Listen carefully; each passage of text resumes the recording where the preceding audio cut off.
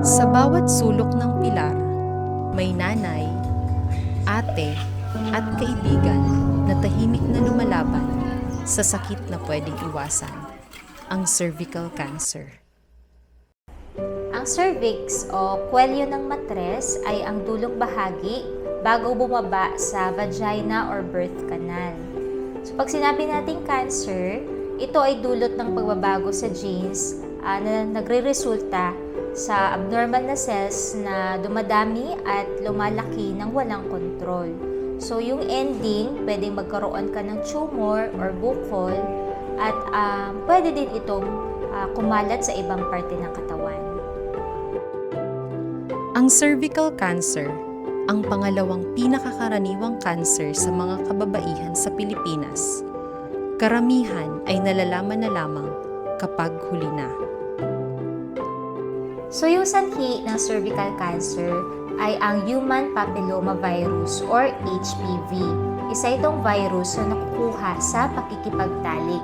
May iba't ibang types ng HPV, pero yung HPV 16 and 18 ang nagdudulot ng kakaibang pagbabago sa cells ng cervix na maaaring mauwi sa cervical cancer.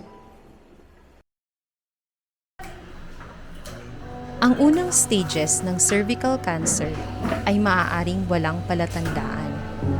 Kapag mayroon na abnormal na pagdurugo tuwing nakikipagtalik sa pagitan ng panahon ng pagreregla o pagkatapos ng menopause, discharge na mabaho, pananakit ng puson tuwing nagtatalik, kadalasan ay advanced stages na. Pero, ito ay kayang maiwasan sa pamamagitan ng bakuna para sa mga batang babae edad 9 hanggang 14 na taong gulang at screening para sa kababaihang edad 30 pataas. Ang mga screening tests para sa cervical cancer ay pwedeng through HPV DNA testing, pap smear, and visual inspection using acetic acid.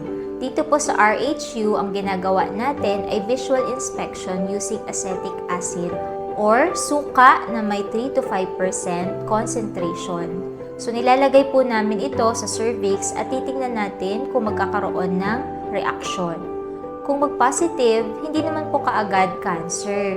I-refer po natin ito sa higher facility para dumaan sa marami pang tests.